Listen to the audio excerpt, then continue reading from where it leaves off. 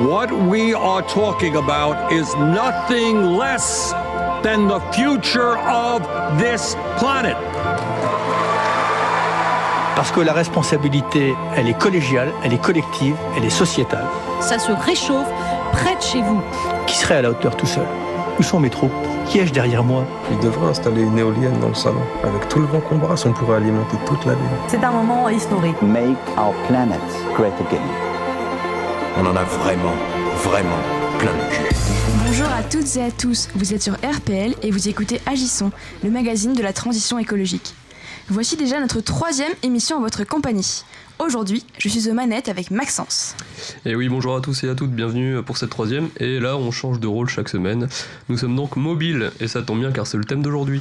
Et oui, après notre émission consacrée au thème de l'alimentation, nous nous consacrerons aujourd'hui à la mobilité. Celle d'aujourd'hui, mais aussi celle qui se met en place pour demain face à l'urgence climatique.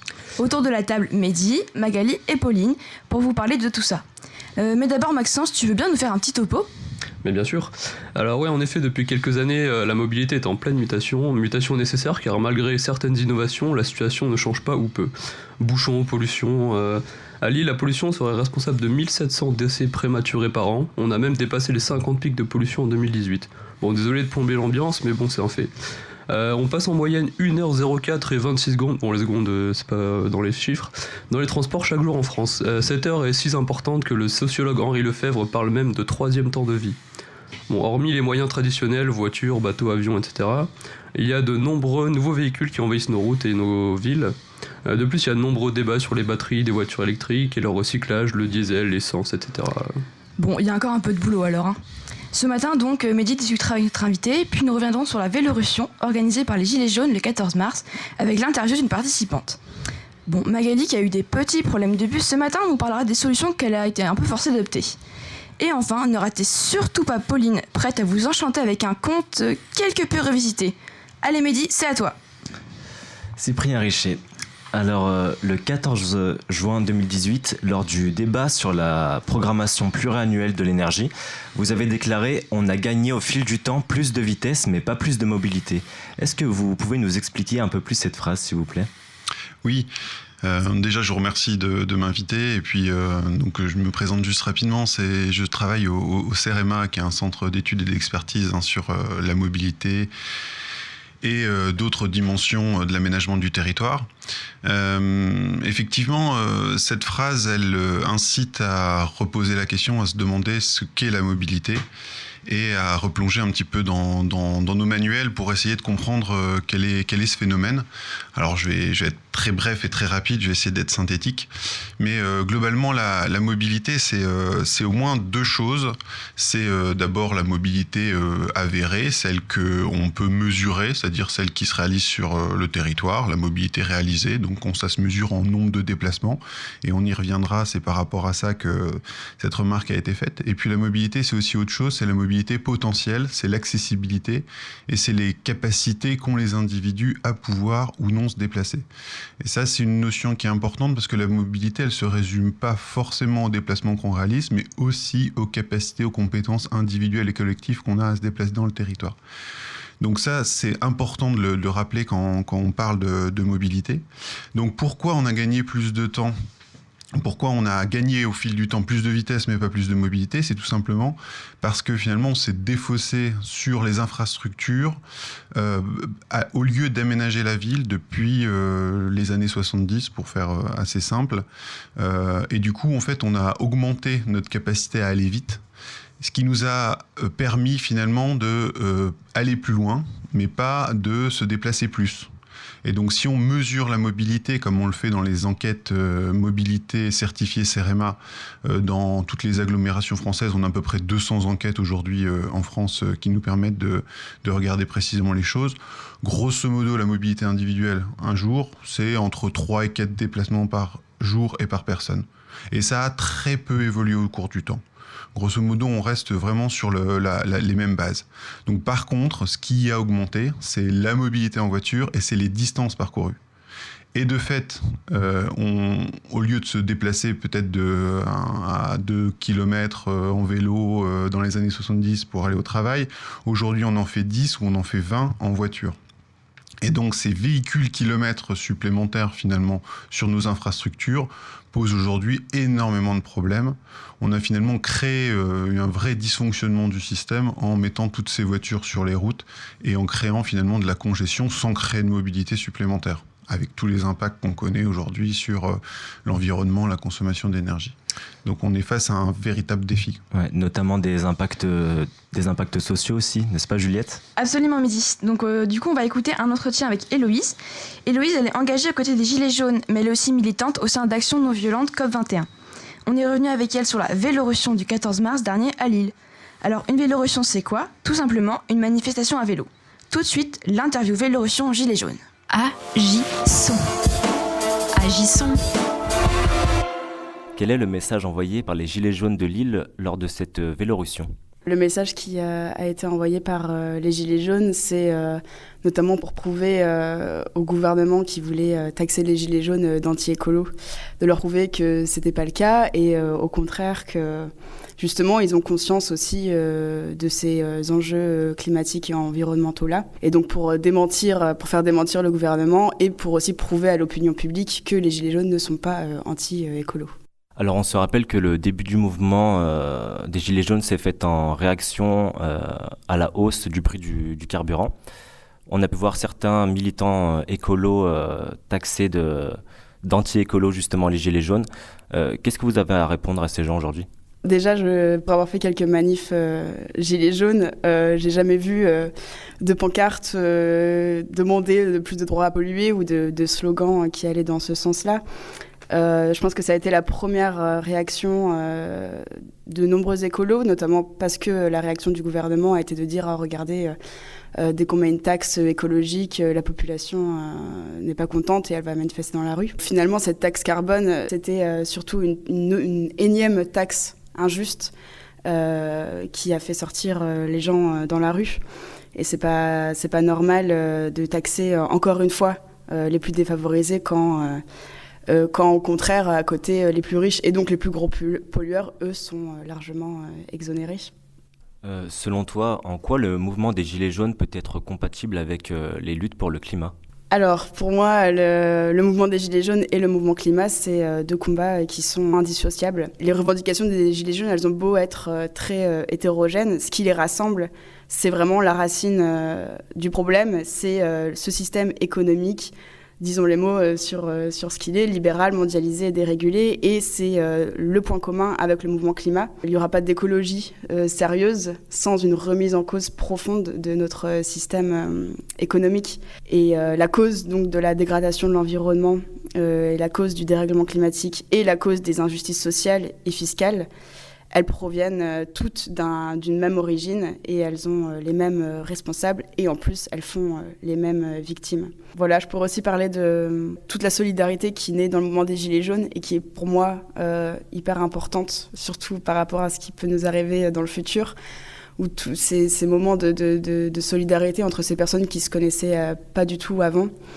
Elles coopèrent, elles s'organisent ensemble et par rapport aux chocs qui vont sûrement nous arriver, aux chocs environnementaux et climatiques, ces instances de solidarité, c'est des biens qu'il faut absolument, qui sont précieux et qu'il faut absolument soutenir, chérir et c'est pour ça que c'est important d'aller discuter avec des Gilets jaunes, que le mouvement climat aille discuter avec les Gilets jaunes et inversement, quoi. Agissons. Agissons. Agissons.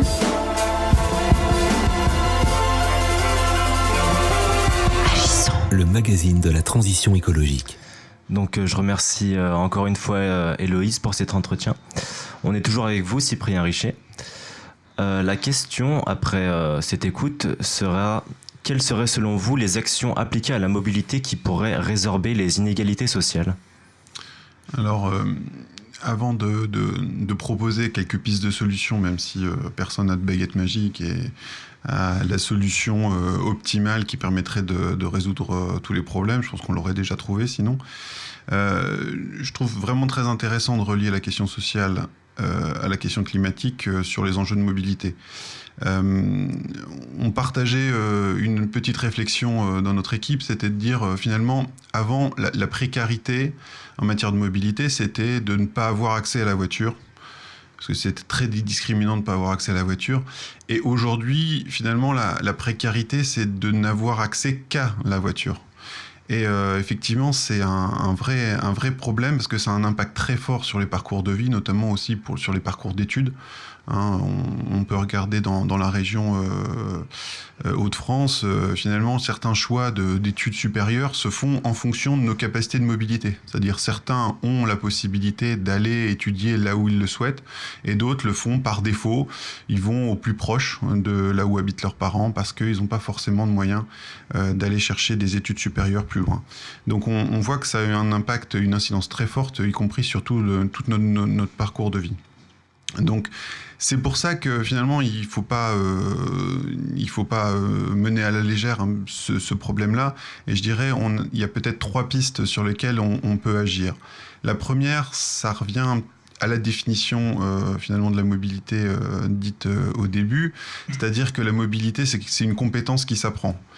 Et finalement, on a peu d'occasions d'apprendre la mobilité, d'acquérir des compétences multimodales pour pouvoir finalement utiliser un certain nombre de mobilités en fonction des temps de la journée, en fonction des contraintes, en fonction des distances à parcourir. Et ça, c'est quelque chose vraiment d'important dont certains organismes se saisissent, notamment par la réinsertion par la mobilité. Éviter finalement d'encourager cette dépendance à la voiture qui entraîne aujourd'hui beaucoup de vulnérabilité et beaucoup de souffrance finalement, parce que le prix du carburant sera quand même amené à augmenter. En tout cas, il faut s'en passer. Donc on crée de la vulnérabilité quand on crée de la dépendance à la voiture. Donc apprendre des compétences. Ensuite, le deuxième axe, ça me semble être celui d'aménager. Il faut véritablement qu'on se pose la question de comment on aménage notre territoire et finalement de contester ou de discuter notre choix de la métropolisation. Quelque part de l'action locale, la traduction un peu locale de la mondialisation. C'est-à-dire on essaye d'avoir des centres hyper puissants qui regroupent à peu près toutes les principales fonctions métropolitaines et qui attirent un large territoire, qui vide presque un large territoire. Et tout ça, finalement, ça crée de l'efficacité d'un point de vue économique, d'un certain point de vue économique, mais ça crée surtout de la dépendance au réseau et beaucoup plus de mobilité pour pouvoir arriver en fait dans ces centres. Et donc effectivement il y a une question d'aménagement du territoire, donc mieux répartir les fonctions plus équitablement sur le territoire pour éviter de tout mettre au même endroit et de donner la prime à ceux qui peuvent y accéder. Et puis rééquilibrer aussi notre façon d'aménager la mobilité, donc moins faire d'infrastructures. Donc je dirais ça simplement, il faut surtout avoir des solutions soft pour les modes lourds. La voiture, les transports collectifs, on a déjà beaucoup d'infrastructures, elles coûtent très cher à réaliser et on peut mieux les gérer dans l'espace et dans le temps, avec par exemple en lissant en fait les phénomènes de pointe pour éviter la congestion. Donc ça peut être une solution souvent plus efficace que de rajouter des infrastructures supplémentaires. Et puis à l'inverse, des interventions lourdes, des infrastructures pour les modes actifs, vélo, marche, qui ont une efficacité très importante dans différentes parties du territoire et qui pourraient justement gagner encore en part modale si finalement on mettait en œuvre une véritable ingénierie de la mobilité pour ces mobilités-là, comme on l'a fait par ailleurs pour la voiture notamment.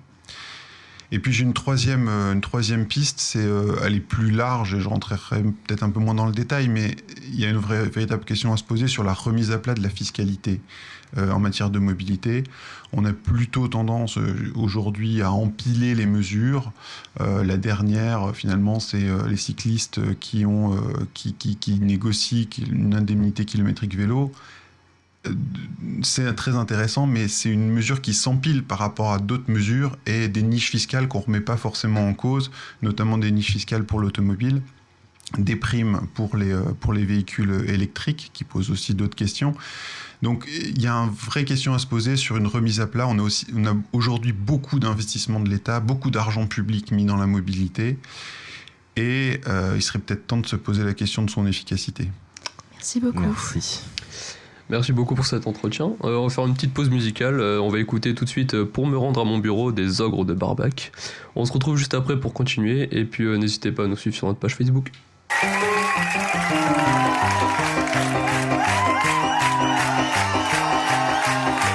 Pour me rendre à mon bureau, j'avais acheté une auto, une jolie traction avant qui filait comme le vent. C'était en juillet 39, je me gonflais comme un bœuf dans ma fierté de bourgeois de rentrer si vite chez moi, mais 20 septembre et je pars pour la guerre. 8 mois plus tard, en revenant, réquisition de ma 11 chevaux légère, fin bretonne provisoirement. Pour me rendre à mon bureau, alors j'achète une moto, un joli vélo moteur faisant du 40 à l'heure. À cheval sur mon teuf-teuf, je me gonflais comme un bœuf dans ma fierté de bourgeois de rentrer si vite chez moi. Elle ne consommait presque pas d'essence, mais presque pas, c'est encore trop. Voilà qu'on me retire ma licence, j'ai dû revendre ma moto. Pour me rendre à mon bureau, alors j'achète un vélo, un très joli tout nickelé, avec une chaîne et deux clés. Monté sur des pneus tout neufs, je me gonflais comme un bœuf dans ma fierté de bourgeois d'avoir un vélo à moi. J'en ai eu coup sur coup, une douzaine, on me les volait périodiquement. Comme chacun d'eux valait le prix d'une Citroën, je fus ruiné très rapidement. Pour me rendre à mon bureau, alors j'ai pris le métro. Ça ne coûte pas très cher, mais il y fait chaud l'hiver. Almayena et Marbeuf, je me gonflais comme un bœuf dans ma fierté de bourgeois de rentrer si vite chez moi. Hélas, par économie de lumière, on a fermé bien des stations. Et puis ce fut la ligne tout entière qu'on supprima sans rémission. Pour me rendre à mon bureau, j'ai mis 2 bons godillots et j'ai fait 4 fois par jour le trajet à pied aller-retour. Les Tuileries de Pont-Neuf, je me gonflais comme un bœuf, fier de souffrir de mes corps pour un si joli décor. Hélas, bientôt, je n'aurai plus de godasses, le cordonnier ne ressemble plus, mais en homme prudent et perspicace. Pour l'avenir, j'ai tout prévu. Je vais apprendre demain à me tenir sur les mains. J'irai pas très vite, bien sûr, mais je n'userai plus de chaussures. Je verrai le monde de bas en haut, c'est peut-être plus rigolo. Je n'y perdrai rien par surcroît.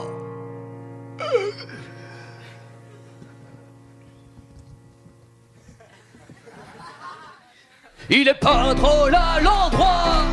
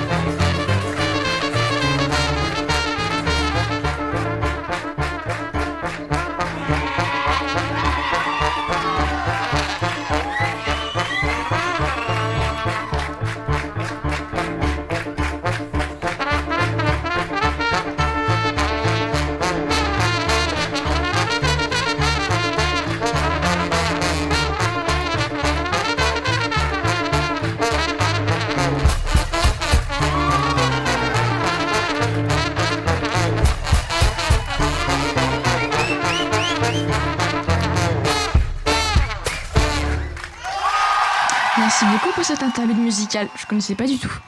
Donc pour celles et ceux qui nous rejoignent à l'instant, vous écoutez Agissons sur RPL et nous sommes ensemble jusqu'à 10h30. Aujourd'hui avec nous Cyprien Richet pour nous parler gouvernance des mobilités, intermodalité et articulation entre transport et urbanisme. Exactement Juliette. On continue avec une citation qui cette fois n'est pas de vous Cyprien, mais du philosophe Jean Baudrillard qui déclara en 1967 « La mobilité sans effort constitue une espèce de bonheur irréel, de suspense de l'existence et d'irresponsabilité ». Qu'est-ce que ça vous évoque ? Alors, ça m'évoque, je dirais, plusieurs réflexions sur un peu nos trajectoires de développement en matière de mobilité. La mobilité, ça a été un peu le bras armé aussi du développement économique et des différentes révolutions industrielles. Et c'est vrai qu'aujourd'hui, on arrive dans une situation où on doit se reposer la question de la place de la mobilité par rapport un peu au scénario, aux trajectoires qu'on veut emprunter. Alors, je dirais, si on résume très simplement les choses, je dirais il y a peut-être 3 trajectoires qu'on a essayé d'engager jusqu'à présent. Une première trajectoire qui était qui est celle du développement durable qu'on engageait, je dirais, au début des années 2000. L'idée du développement durable, ça reste de continuer à se développer, donc continuer à agir pour la croissance, mais une croissance un peu plus verte, un peu plus vertueuse, qui permettrait finalement de poursuivre notre façon de se développer en y amenant un petit peu de verdissement un petit peu de notre économie. Donc ça, c'est une trajectoire qu'on a engagée au début des années 2000 et qui finalement s'accommode bien de solutions qui sont celles de la voiture électrique où finalement on va remplacer un moteur par un autre, mais on va finalement poursuivre dans ce développement-là en se disant que la voiture électrique, elle a un peu moins d'impact carbone, elle en a quand même, et beaucoup, mais elle en a un peu moins que la voiture thermique. Donc voilà, donc on poursuit et on essaye de trouver des solutions plus durables. Donc ça reste très très discutable et ça pose la question de finalement de l'ampleur de la réponse, je dirais, environnementale face au défi qui est le nôtre. On a une deuxième phase qui est celle, je dirais, de la transition écologique. On est aujourd'hui un petit peu dans cette réflexion-là. Donc la transition, elle porte bien son nom, c'est bien l'idée d'effectuer un virage. Et dans ce virage-là, alors il y a certains qui pensent qu'on va pouvoir effectuer ce virage avec beaucoup de technologie. Et finalement, on peut aussi penser que finalement la vraie innovation d'aujourd'hui, de la mobilité d'aujourd'hui, c'est de réussir à faire avec moins de technologie et en tout cas moins de consommation d'énergie qu'avant.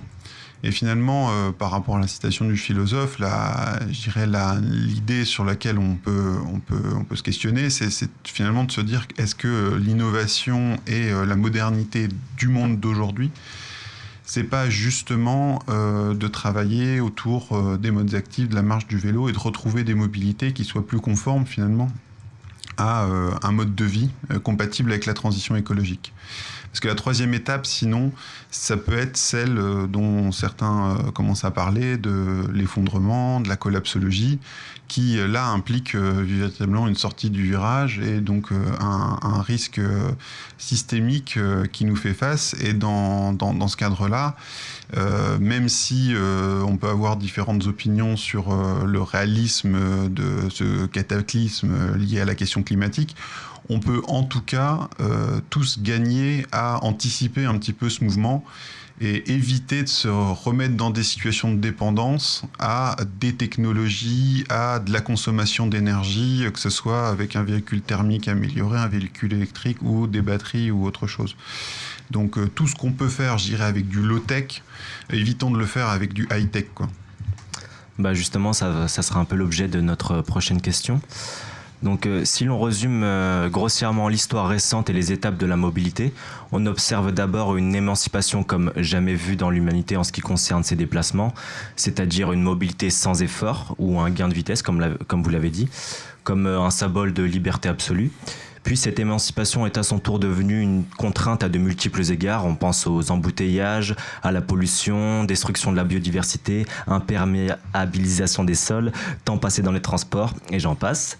Notre mobilité telle qu'on la vit et pratique aujourd'hui n'est donc pas du tout soutenable, comme vous l'avez dit. Pourtant, on continue à s'empêtrer collectivement et individuellement dans cette mobilité. Alors, comment faire pour faire comprendre aux millions d'usagers utilisant les transports polluants que la transition liée à la mobilité peut être une opportunité de vivre mieux et non pas une contrainte, c'est-à-dire non pas une attaque à cette liberté de bouger où on veut, quand on veut en fait?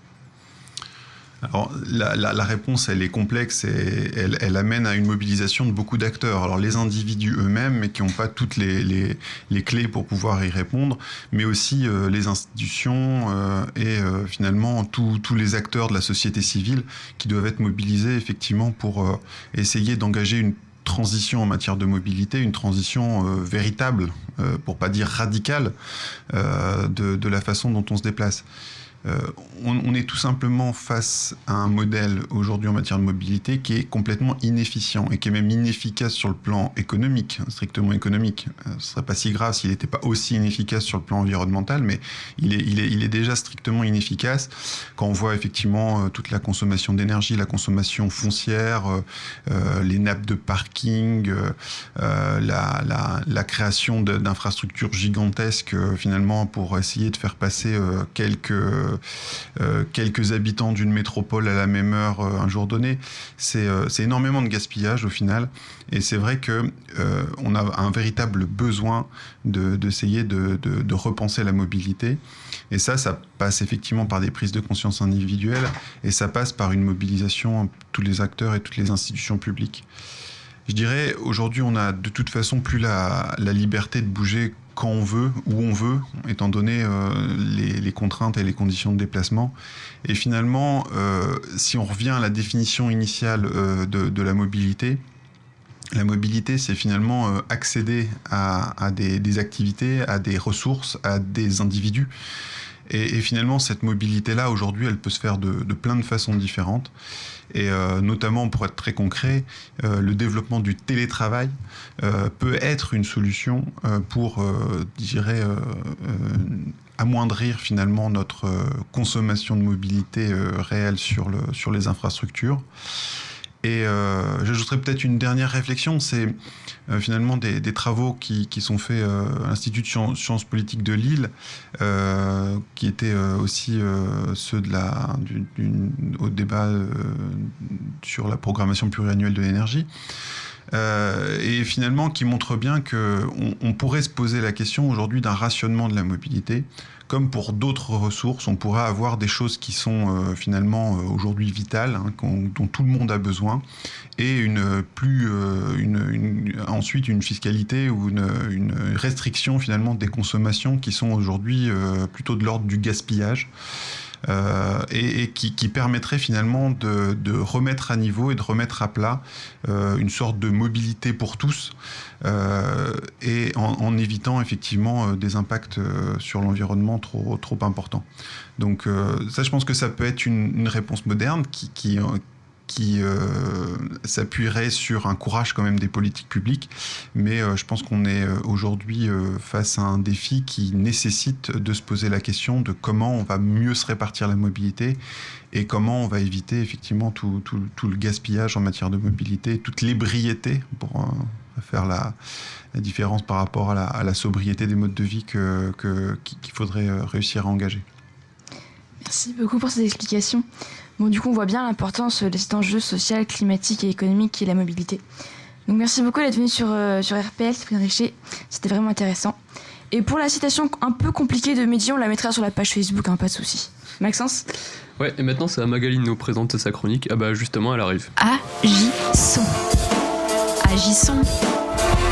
Le magazine de la transition écologique.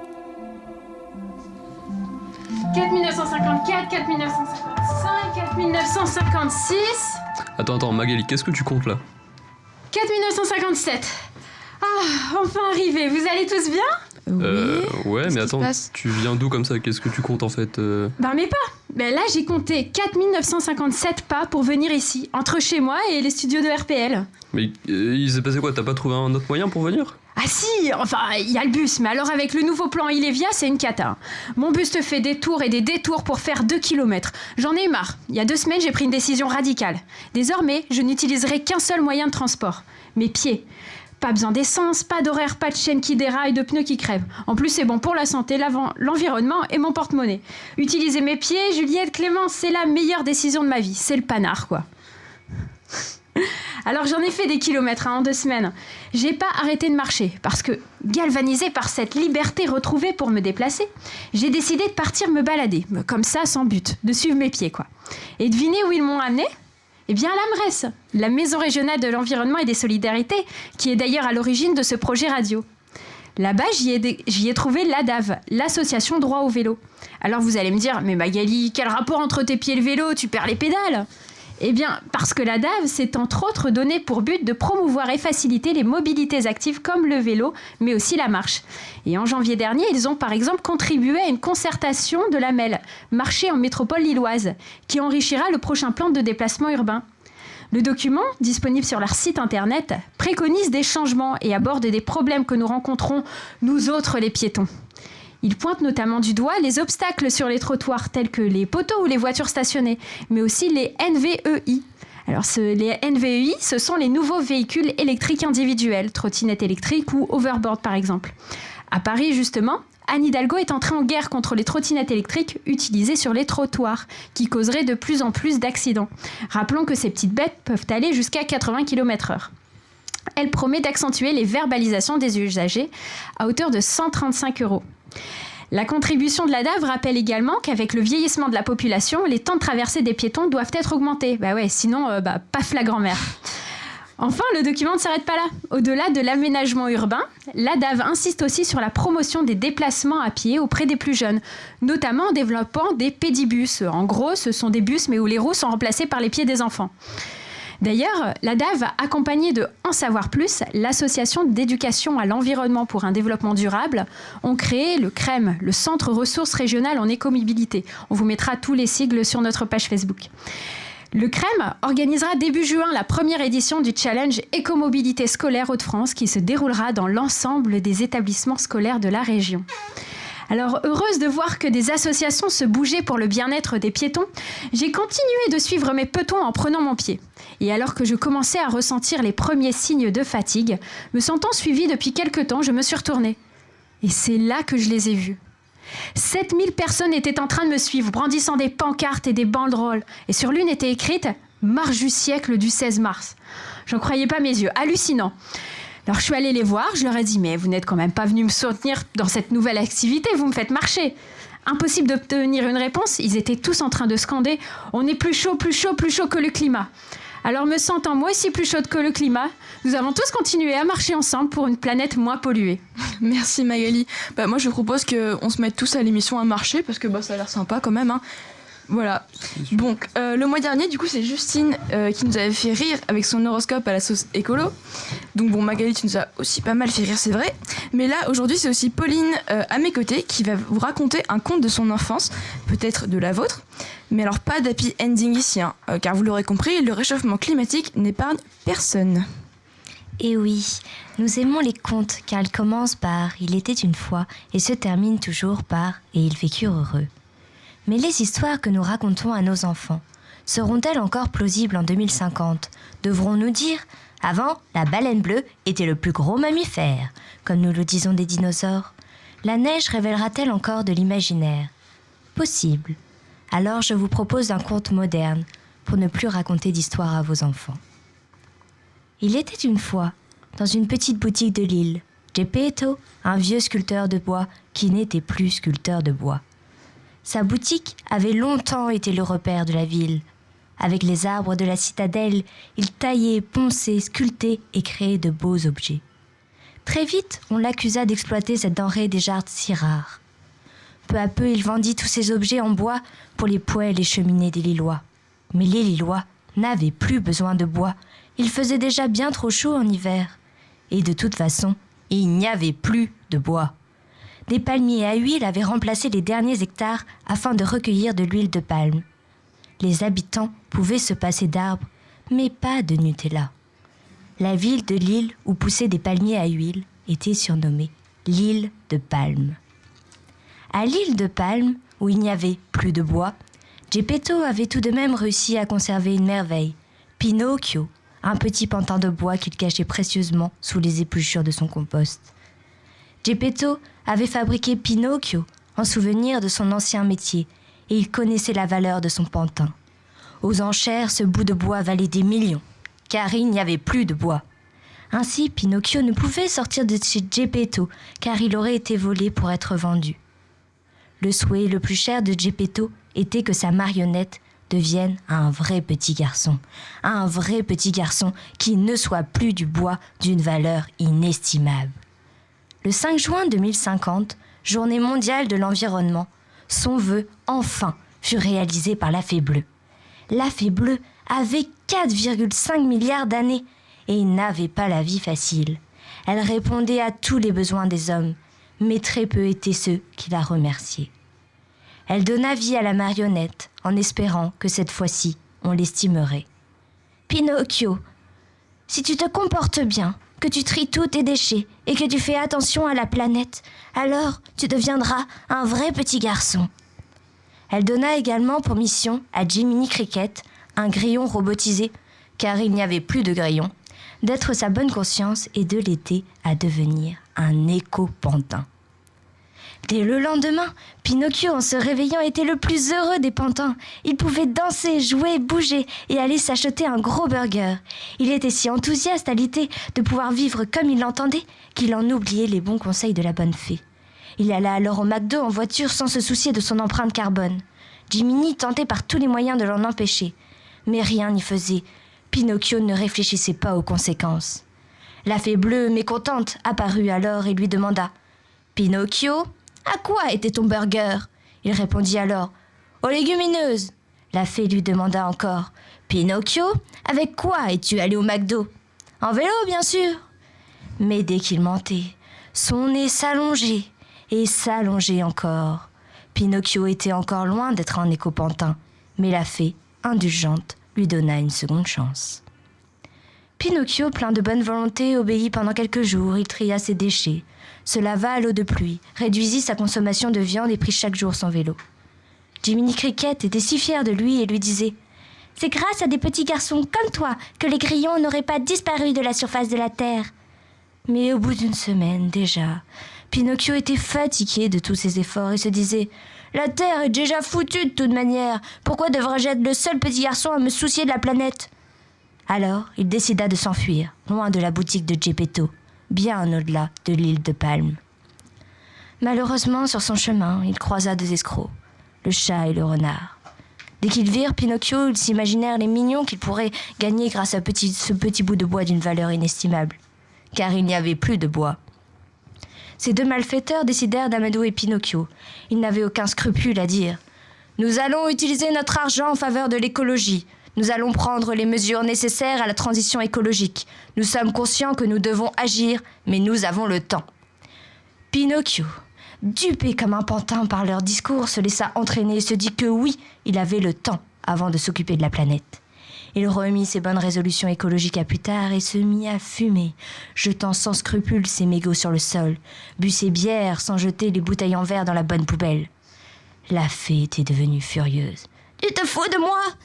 Elle était rouge de colère, mais Pinocchio était vert de rage. « Non, de la planète !» Pinocchio disait cela avec assurance. Pourtant, son nez ne cessait de s'allonger. Au fond, il savait que la Fée Bleue avait raison, mais il préférait nier l'évidence. Il continuait de fumer, fumer, encore fumer, en écrasant la cendre sur le sol déjà bien trop gris. Le chat et le renard ne disaient rien à ses agissements.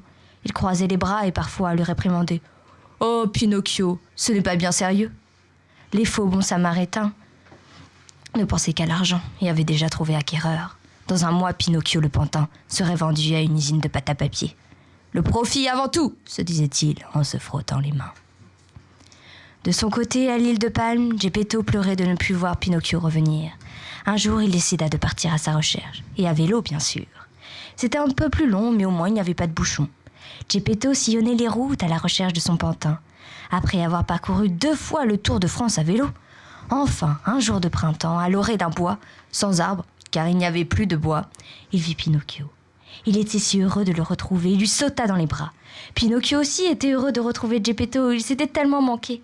Le chat et le renard, furieux que ce vieux monsieur puisse le piquer ce bien inestimable, lui arrachèrent les bras. Geppetto criait « Rendez-moi mon pantin ! Bonne fée, s'il vous plaît, une dernière fois, faites quelque chose pour moi !» La bonne fée bleue était un peu trop bonne, un peu trop... bip. Peut-être aussi, mais lui répondit Geppetto, malgré la souffrance que chaque jour les hommes me font endurer, je vais encore te soutenir. Aussitôt dit, aussitôt fait un coup de baguette magique, qui n'était pas en bois, car il n'y avait plus de bois, le chat et le renard se virent expulsés loin, loin de ce bois sans bois. Geppetto enfourna alors son vélo, mit Pinocchio sur le guidon et pédala, aussi vite qu'il pouvait, loin, très loin de ce bois sans bois vers l'île de Palme. Oh, Pinocchio était heureux. Geppetto, excuse-moi, je vais devenir un parfait éco-pantin, et bientôt je serai le petit garçon éco-citoyen que tu as toujours rêvé. Geppetto serra fort Pinocchio contre lui. Ah, que cette histoire est belle. Elle pourrait se terminer ainsi. Pinocchio tiendrait ses bonnes résolutions et deviendrait un vrai petit garçon. Geppetto et Pinocchio vivraient longtemps heureux tel un père et son fils. Vous pouvez vous arrêter là si vos enfants sont sensibles, mais la vérité, elle, est bien plus cruelle.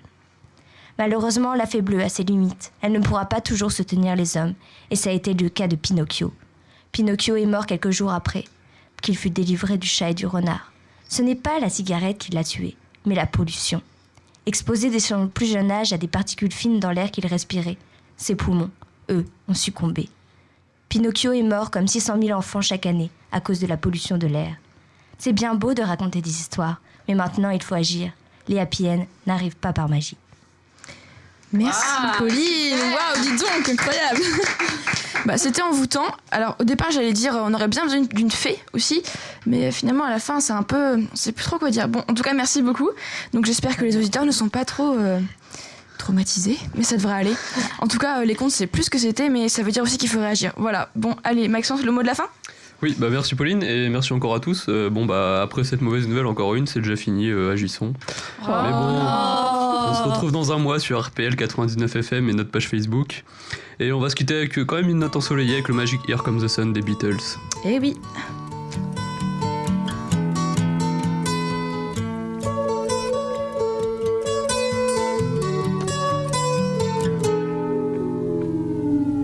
Here comes the sun, here comes the sun, I say it's alright.